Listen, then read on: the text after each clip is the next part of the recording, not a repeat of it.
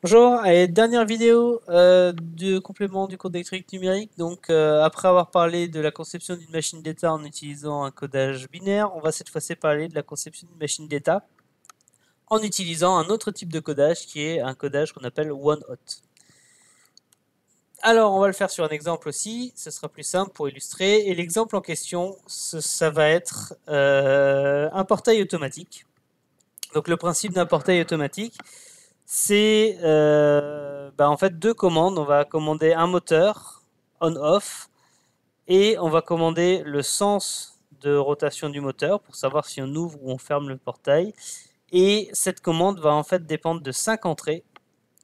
Ces entrées, ce sont deux boutons qu'on va appuyer sur la télécommande qui sont les boutons O pour ouvrir et F pour fermeture, mais également de 3 capteurs qui sont situés sur le portail. Un capteur qui va être situé ici et qui va indiquer si le portail est complètement ouvert. Donc dans ce cas-là, c'est une condition d'arrêter le moteur. Quand le portail est en train de s'ouvrir et que le portail est complètement ouvert, le moteur s'arrête. Un capteur qui se trouve ici qui va indiquer la fermeture complète du portail. Pareil, quand le portail est en train de se fermer, si ce capteur s'active, le portail s'arrête. Et un qui est un capteur d'obstacle qui va être situé au niveau, par exemple ici, au niveau de la barrière et au niveau du moteur plus exactement. Mais bon, en gros, un capteur d'obstacle. Et ce capteur d'obstacle, au moment où pendant qu'on ferme, si ce capteur d'obstacle s'active, on rouvre la barrière. C'est qu'il y a un obstacle au milieu de la voie et donc du coup on rouvre la barrière. Donc là encore, le but du jeu, c'est de fabriquer un séquenceur qui prend en compte ces 5 entrées et qui pilote l'ouverture ou la fermeture de ce portail. Donc, allons-y. En termes de graphe d'état, ça donne quoi? On va commencer par exemple, un état où le portail est fermé. Si ça vous va. Donc, j'ai l'état 1 que je vais appeler fermé. Comme ça, on va pouvoir s'en sortir un petit peu plus facilement. Quand le portail est fermé, le moteur est à l'arrêt et le sens de rotation, on s'en fiche. Okay. Donc, supposons que ce soit ça l'état initial. L'état initial implique que c'est également l'état dans lequel on va après une remise à zéro. Voilà. Que peut-il se passer à partir de cet état? En fait, j'ai 5 entrées qui peuvent agir sur mon système. Les deux boutons, O et F, et les 3 capteurs. Si j'appuie sur le bouton d'ouverture, il va se passer quelque chose. Donc, on sait qu'on va avoir une transition possible quand j'appuie sur le bouton d'ouverture. Si le portail est déjà fermé et que j'appuie sur le bouton fermeture, il ne se passe pas grand-chose non plus. Si le portail est déjà fermé, normalement, le capteur de fin de course, donc le capteur de fermeture, il doit être actif. Il n'y a aucune raison qu'il se désactive. Le capteur d'obstacle, a priori, il n'est pas actif parce qu'il n'y a pas d'obstacle, le portail est fermé. Il n'y a pas de raison qu'il s'active tout seul. Et le capteur d'ouverture, pareil, il n'y a aucune raison que le capteur dise que le portail est ouvert puisque le portail est fermé et qu'il ne bouge pas. Donc j'ai fait le tour de mes entrées, j'ai vu que je n'avais qu'une transition possible depuis l'état 1, qui est la transition vers un état 2 qui va commander l'ouverture du portail. Donc de l'état 1, on peut aller vers un état 2 qui est un état d'ouverture. On va le nommer comme ça. C'est un état d'ouverture. Donc le T à état. Donc le T à état ici, décidément. C'est un état d'ouverture, donc on active le moteur et on l'active dans le sens de l'ouverture. Supposons que ce soit S égale à 1. Ça c'est purement arbitraire. J'ai décidé que l'ouverture c'était S égale à 1, la fermeture c'était S égale à 0. Et la condition de passage de cet état-là à cet état-là, c'est O, tout simplement. Il faut que, alors O c'est pas un bon choix parce que c'est pas 0. On va se la jouer un peu informateux. On va mettre des vrais zéros comme ça pour ne pas le confondre avec O. Et donc voilà.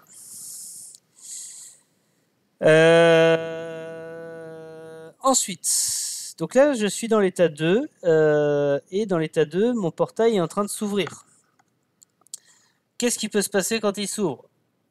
Je peux décider d'appuyer sur O, encore, ça n'aura aucun impact. Je peux décider d'appuyer sur F. Dans ce cas-là, qu'est-ce qui va se passer? Eh ben, je vais refermer le portail. Donc en appuyant sur F, je vais aller dans un nouvel état qui est l'état de fermeture. Le capteur de fin de course, il n'a aucune raison de s'enclencher tout seul. Le capteur d'obstacle, on s'intéresse à lui que pendant la phase de fermeture. Et le capteur d'ouverture totale, bah lui aussi, il peut se déclencher si je suis arrivé en bout de course. Donc de là, j'ai deux transitions possibles. Soit un état 3 que je vais appeler l'état de fermeture. Donc cette fois-ci, le moteur reste actif, mais je change de sens. Voilà. La transition de l'état 2 vers l'état 3, la condition de passage ici, c'est que le capteur d'ouverture, c'est que on active F. Voilà. Et un état 4 qui est le portail ouvert. Dans ce cas-là, s'il est complètement ouvert, on éteint le moteur, on s'en fout de la variable sens. Voilà. Et on arrive là-dedans quand on a le capteur d'ouverture qui est actif. Voilà. On n'oublie pas la règle, les conditions doivent s'exclure mutuellement. Donc, il peut arriver à un moment que j'appuie sur F pile au moment où le portail, ou à peu près au moment où le portail finit sa course d'ouverture. Et dans ce cas-là, au prochain front d'horloge, on aura F et CO qui seront actifs en même temps. Il faut pouvoir faire un choix entre les deux. On va par exemple décider que si un tel cas de figure arrive, eh ben, je vais fermer le portail. Je vais plutôt aller dans l'état de fermeture dès que j'appuie sur F, quelle que soit la valeur de CO. Donc ici, je vais compléter cette condition en disant que c'est CO et F bar. Autre chose qui peut arriver, j'appuie en même temps sur la commande d'ouverture et de fermeture. Bah, si j'appuie en même temps sur la commande d'ouverture et de fermeture, voilà, c'est marqué là. La commande d'ouverture est toujours prioritaire sur la commande de fermeture. Donc pour que la commande de fermeture soit acceptée, soit validée, il faut que la commande d'ouverture ne soit pas là. Donc ça, c'est pour compléter un petit peu mes conditions. Voilà. Elles s'excluent bien mutuellement. Hein. Si je fais CO et F bar et F et O, j'ai bien égal à 0, donc c'est bon. Je suis ensuite dans l'état 3. Donc l'état 3, c'est la fermeture. Donc le portail est en train de se fermer. Là, plusieurs options possibles. Quand le portail se ferme, soit je rappuie sur le bouton O et je retourne dans l'état d'ouverture. Donc je vais mettre une transition dans l'autre sens. Si j'appuie sur le bouton O, je retourne dans l'état d'ouverture. Je n'ai pas besoin de vérifier la valeur de F parce que O est prioritaire sur F. Si j'appuie sur le bouton F pendant que ça se ferme, il ne se passe rien, donc pas besoin de le mentionner. Si le capteur de fermeture totale s'active, ça veut dire que mon portail est maintenant fermé. Donc, j'arrive ici, capteur de fermeture totale. J'arrive dans l'état fermé. Le capteur d'ouverture totale, il n'a aucune raison de se déclencher. Le dernier qui peut se déclencher, c'est le CS, donc le capteur d'obstacle. Et si j'ai un obstacle, c'est comme si j'avais appuyé sur O, je retourne dans l'état d'ouverture. Donc voilà, de l'état de fermeture, j'ai deux transitions possibles. Une avec CF qui m'emmène dans l'état fermé, une avec O ou CS qui m'emmène dans l'état ouvert. Petite subtilité encore ici, enfin pas subtilité, mais petite vérification. Est-ce que mes deux transitions s'excluent mutuellement? Pas du tout. En l'état, mes deux transitions ne s'excluent pas mutuellement, donc il faut exclure les deux conditions. Donc pour le CF, c'est facile, hein, l'ouverture, de la même manière que ici pour le CO, il fallait qu'on n'appuie pas sur le bouton d'ouverture, mais pour le CF, c'est facile, il suffit de ne pas appuyer sur le bouton d'ouverture, donc 0 bar. Ensuite, il y a encore la question de la priorité du CF sur le CS. Qu'est-ce qui se passe quand je suis arrivé au bout et que le capteur de sécurité s'active? Normalement, c'est supposé ne pas arriver, mais pour la bonne forme, on va exclure bien les choses. Donc, on va dire que je vais dans cet état-là uniquement si on a le CS qui est actif, mais pas le CF. Comme ça, si on a en même temps le capteur de sécurité et le capteur de fermeture totale qui s'active, mon portail reste fermé. Et là, j'ai bien mes conditions qui s'excluent mutuellement parce que ça fait, si je fais le et entre les deux, ça fait CF et O bar et O ou CS, CF bar. Ça me fait donc CF O bar O qui est égal à 0 ou CF O bar CS, CF bar qui est aussi égal à 0. Donc c'est bon.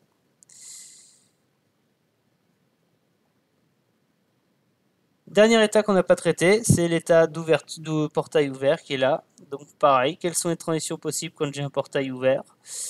Soit je rappuie sur O, là franchement ça sert à rien. Soit j'appuie sur F et à ce moment-là, je vais rentrer dans l'état de fermeture qui est là. Le capteur de fermeture totale, quand je suis ouvert, il n'a aucune raison de s'activer. Le capteur d'obstacle non plus. Et le capteur d'ouverture, il n'a aucune raison de se désactiver. Donc tout cela, ils n'ont aucune raison de changer. Donc depuis l'état ouvert, je n'ai qu'une transition possible. Et cette transition se fait vers l'état de fermeture. Et j'ai donc, avec tout ça, fabriqué, encore une fois, mon graphe d'état.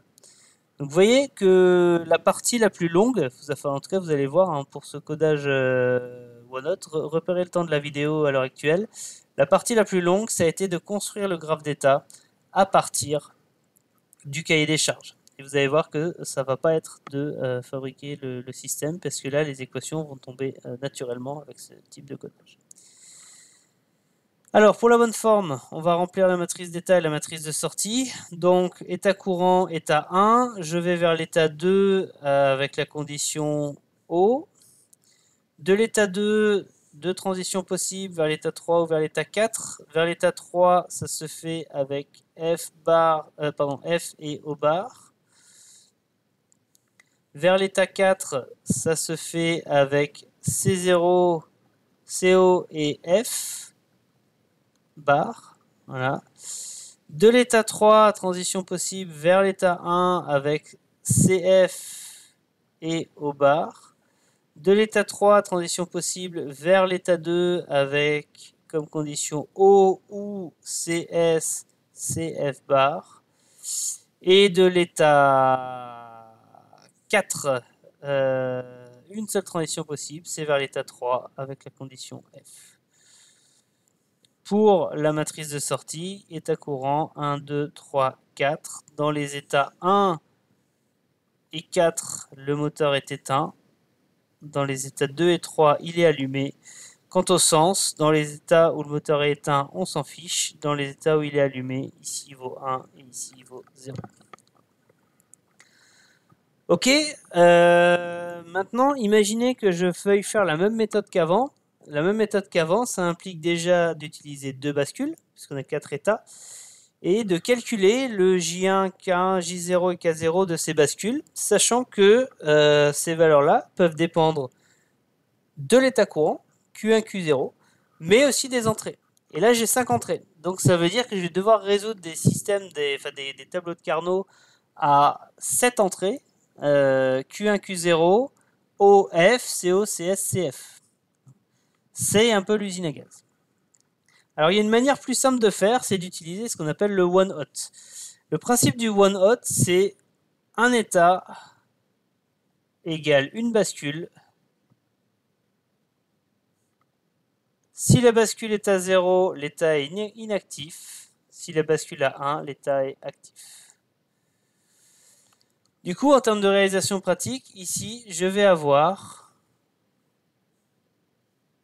4 bascules. Alors, je vais choisir de faire des bascules D, il me semble. Hein. Quand on fait du one-hot, en général, on choisit des bascules D parce que ça simplifie les calculs. Je crois que c'est ce que j'ai fait là. Ouais, ça simplifie les calculs sans complexifier la logique de transition. Donc ça, c'est important. Hop, DQ, hop, DQ, hop, DQ, hop. Ça, c'est la bascule de l'état 1. Ça, c'est la bascule. Je peux le mettre là parce que je vais mettre là. Ça, c'est la bascule de l'état 1. Ça, c'est la bascule de l'état 2. Ça, c'est la bascule de l'état 3. Ça, c'est la bascule de l'état 4. synchrone. Toutes les clocks sont connectées en même temps. Voilà. Et donc, il faut calculer le D1, le D2, le D3, le D4 en fonction de Q1, Q2, Q3, Q4, mais aussi des entrées O, F, C0, CO, CF et CS. Et là, vous allez me dire que j'ai juste complexifié le problème. Parce qu'avant, il fallait trouver des équations, il fallait en trouver 2 ou 4 si on prend des bascules JK, mais qui dépendaient de 7 variables. Et là, maintenant, je me retrouve à devoir trouver des équations qui dépendent de 9 variables. 4 équations qui dépendent de 9 variables. Donc, j'ai complexifié mon problème. Eh bien, oui et non. Oui, parce que effectivement c'est le cas. J'ai bien une logique de transition qui dépend de 9 variables maintenant. Et non, parce qu'en fait, j'ai pas besoin de tableau. Je peux écrire directement les conditions et les valeurs des bascules. Pourquoi? À cause de cette propriété-là. Rappelez-vous que la bascule va contenir un 0 si elle est inactive et doit contenir un 1 si elle est active. Donc, qu'est-ce que je vais avoir pour D1? Et bien, pour D1, il suffit de regarder cette matrice-là et de regarder, en fait, dans cette matrice-là, quelles sont les conditions pour avoir 1 comme prochain état actif. Et les conditions pour avoir 1 comme prochain état actif, je vais pouvoir la lire ici. La condition pour avoir 1 comme prochain état actif, c'est d'avoir 3 comme état actuel actif et CF et O bar. Du coup, pour D1, j'ai besoin d'avoir 3 comme état actuel actif. Donc, qu'est-ce qui va me caractériser le fait que mon état actuel actif soit l'état 3? Ben, ça va tout simplement être que la sortie de la bascule 3 est à 1. Donc, Q3. Q3, si Q3 vaut 1, ça veut dire que l'état actuel actif, c'est l'état 3. Donc, il faut Q3 et il faut remplir cette condition-là. Donc, c'est Q3 et CF et O bar. Pour l'état 2, même chose. Pour l'état 2, je regarde, j'ai deux conditions pour que le prochain état soit l'état 2. La première, c'est que je suis dans l'état 1 et j'ai O, Q1 et O. Ou alors, la deuxième, c'est que je suis dans l'état 3 et que j'ai O ou CS, CF bar. Je continue, je fais le même calcul pour D3. Donc D3, je vais le retrouver ici et ici. Quand est-ce que mon prochain état, c'est l'état 3? Donc quand est-ce qu'il faut que la bascule numéro 3 passe à 1? Il faut que la bascule numéro 3 passe à 1 quand je suis actuellement dans l'état 2 et que j'ai cette condition-là, donc F au bar, ou quand je suis dans l'état 4 et que j'ai F. Et enfin, pour D4, une seule condition, il faut que je sois dans l'état 2 et que j'ai C0 et F bar. Donc là, pour D4, je dois être dans l'état 2 et je dois avoir C0 et F bar. Et voilà, j'ai déterminé les équations de D1, D2, D3 et D4 en fonction de mes 9 inconnus. Alors réfléchissez bien, est-ce que j'ai bien tout fait? Est-ce que j'ai bien traité tous les cas de figure? Je vous laisse 15 secondes de réflexion. Si vous voulez plus de réflexion, il suffit de mettre la vidéo en pause. C'est l'avantage des vidéos. Est-ce que j'ai bien tous les cas de figure? Eh ben, en réalité, non. J'ai pas tous les cas de figure. Parce que il y a, si je regarde cette matrice-là, il y a une autre condition pour laquelle l'état futur doit être l'état 1. Donc une autre condition pour laquelle Q1, la future valeur de Q1, doit être à 1. Et cette condition, elle est exprimée sur cette ligne-là. Si je suis actuellement dans l'état 1, je vois que j'ai qu'une seule transition sortante de l'état 1 qui va vers l'état 2, sous la condition O. C'est-à-dire que si la condition O n'est pas respectée, je reste dans l'état 1. Et donc, il faut que je rajoute cette condition ici. L'état futur, c'est l'état 1, quand l'état actuel, c'est Q3 et que j'ai CF et O bar, ou alors quand l'état actuel, c'est l'état 1, et que la seule condition de transition qui est là n'est pas validée. De la même manière, l'état 2, pour être dans l'état 2, je peux aussi avoir comme condition que je suis actuellement dans l'état 2 et que aucune de mes deux conditions de sortie ici ne soit validée. Donc F au bar, le tout bar. Donc, cette condition-là ne doit pas être validée. Et en même temps, cette condition-là ne doit pas être validée non plus. 0 et F bar, le tout bar. Qu'on peut simplifier, hein. Voilà, c'est pas le but du jeu, le but c'est de trouver les équations, mais ça on peut évidemment le simplifier un petit peu. Même chose pour Q3, donc si je suis actuellement dans l'état Q3, j'ai ni CF au bar, CF et au bar, le tout bar, cette condition n'est pas respectée, et j'ai aussi la condition O ou CS, CF bar, le tout bar. Et ici, la condition Q4 et F bar. Et là, c'est bon. Là, j'ai bien mon D1, mon D2, mon D3 et mon D4. Donc, comme vraiment je suis parti dans l'âme, je ne vais pas m'amuser ici à vous faire tout le dessin avec toutes les portes logiques et tout ça, mais vous imaginez bien le topo. Vous avez comme entrée O, F, CO, CS, CF, qui sont les entrées de vos systèmes. Voilà. Vous prenez les Q1, les Q2, les Q3, les Q4 que vous ramenez à l'entrée. Vous faites les fonctions logiques qui sont là. Ça, c'est les commandes des bascules D. Et ça vous donne le système complet. Deux choses qui manquent encore. La première, c'est traiter le cas du reset. On a dit que le reset amenait dans l'état 1. Donc, il faut donc que quand on active le reset, on aille dans l'état 1, c'est-à-dire qu'on mette un 1 là-dedans. Donc le reset qui est, donc ça c'est le clock, le reset qui est là, le signal de reset, on va l'envoyer ici sur l'entrée preset pour que cette bascule se mette à 1.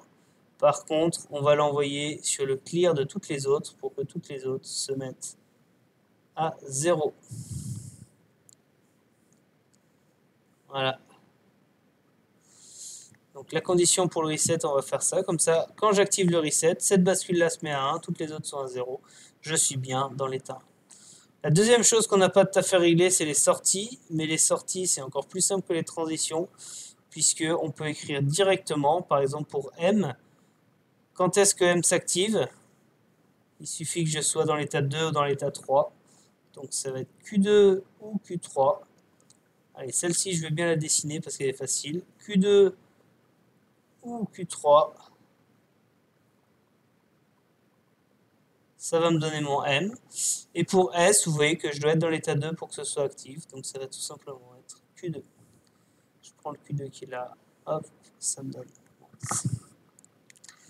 Et voilà, pour le codage OneNote, c'est fini. Donc en fait, il suffit, à partir du moment où on a la matrice d'état, enfin le graphe d'état et la matrice d'état, il suffit tout simplement d'écrire ce qui se passe et de réécrire en fait les conditions faisant que l'état futur est l'état n à partir des valeurs de Q et des valeurs des entrées. Donc on pourrait le formaliser, hein, en gros ici. Si on voulait formaliser un petit peu ça, on dirait que le dn, un dn quelconque, ici, c'est égal à ici la somme de toutes les transitions entrantes, donc des qk fois la condition entrante depuis l'état k, plus le qn, le produit de toutes les transitions, de toutes les conditions sortantes, donc ça c'est les conditions, on va le représenter comme ça, entrantes, donc toutes les transitions qui vont, toutes les conditions de passage de l'état k vers l'état n, si toutefois cette condition existe, sinon on va dire que c'est 0. Donc là on a la somme de tous les qk, donc de tous les états k différents de n. Alors on va écrire ça, donc la somme de k différents de n des qk fois la condition de passage à chaque fois de l'état k à l'état n, étant entendu que s'il n'y a pas de condition de passage de k à n, c'est égal à 0. Ou alors le terme de maintien dans l'état actuel, qui est donc qn, et le produit de toutes, donc un et entre toutes les conditions de passage de l'état N vers l'état K complémentées. Donc si aucune des conditions de passage de l'état N vers l'état K n'est validée. Donc, voilà la forme générique de cette expression. Voilà pour le codage OneNote. C'est la toute dernière vidéo de ce cours-là.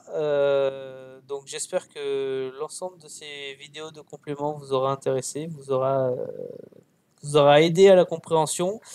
On va reparler de ça en TD, donc vous aurez aussi en TD l'occasion de faire une machine d'état avec ces deux types de codage. Donc voilà. Si vous avez des questions, comme pour toutes les vidéos d'ailleurs, n'hésitez pas à les mettre dans les commentaires et je me ferai un plaisir d'y répondre. Voilà, à bientôt.